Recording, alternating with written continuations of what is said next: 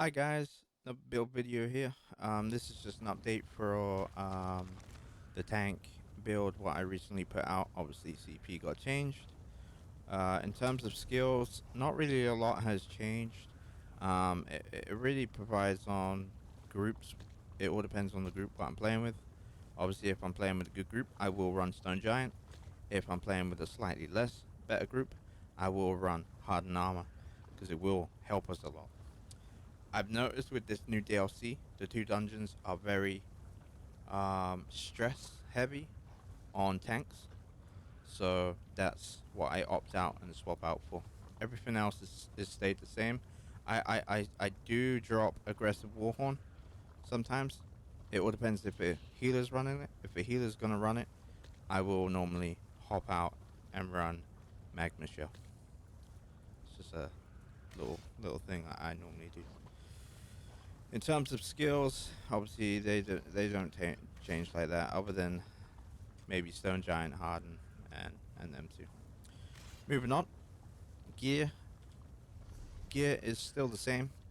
We are still running bannies. To make your gear actually a little bit better, you could probably run the 7 divines this patch. You get more than enough stats just overall to actually run 7 divines. I find I still run the 2 infused, um, just because that's me. I do have a lot of off traits here. I would actually go infused, and then the rest of it all divines, personally. Um, but yeah, in terms of like gear and that just all stayed the same. I didn't go out my way to farm or anything like that. In terms of CP, this is the fun one because this is completely different. So in terms of the green tree, it's not that much of an important tree, but as you can see, this is how I've done my tree. There's nothing on the left there, so we'll keep that over there for the minute.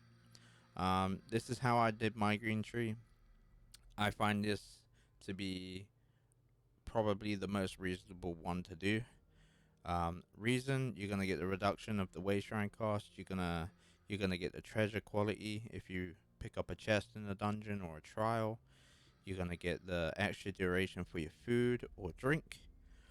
You're also gonna get a chance to get your potion back, or in theory not being consumed, and you've also got the reducement of your cost of fixing your armor, which is very valuable.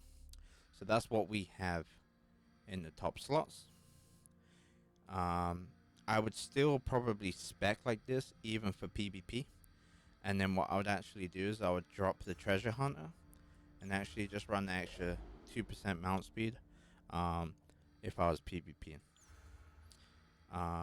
This is kind of how I have my green tree on every single build. So for the rest of the builds, I probably won't go into this unless it's my thief build and the new stamina warden build, healer build, what I've recently done for this patch. But in terms of that, I normally keep these 3 the same. These 4, sorry. Moving on to the blue tree. So with the blue tree, this is how we spec. As you can see, we haven't gone up on the left once again. This is how I've spec'd mine. I'm just going to leave it like it is. We will go into the heart here, into the starving death heart. So you can see where I've spec'd into there. So for the main tree, this is how I've done it. Let's go into here. You can see I've gone into 40 into hardy, 40 into elemental aegis, 10 into quick recovery, 30 into preparation. I think this is a pretty solid overall basis, once again. So what I took from here is I took obviously this one to reduce the damage area effects caused to me as I'm a tank. I took the endless endurance, so it increases my max stam. I also increase my max magicka, and I also take enduring resolve, which allows me to reduce my damage taken with damage over time effects, which is very handy as a tank as well. Moving on, we're going to go into the red tree. So with the red tree, this is the most important tree as a tank. As you can see, Moving this over, you can see that we went 50 into Boundless Vitality and we took 20 into Rejuvenation. Nothing else was over on the left hand side. You can see that we went through these and we've stacked all this like this. In terms of slotting the ones what I've slotted, I've actually took Bloody Renewal. So whenever I kill an enemy, so this is the fun bit. So if I do a light attack or I use any kind of an ability, if that enemy dies within, say, I think it's like 5 seconds or something stupid like that, I will restore stamina. I also take the opposite one, so I restore magicka as well. Very, very handy as a tank. And then on top of that, we just take on guard, so we get an overall 6% extra block mitigation. And then I also take the rejuvenation just to boost my recovery a little bit higher. That's kind of my preference, and this is how I spec my tank. Like I say, I've got a lot more CP since I've done this spec, but I'll just add from there until they're capped out, and then I'll probably go into other ones eventually. But that's the Molten Core. That is update for Flames of Oblivion. I hope you guys enjoy it.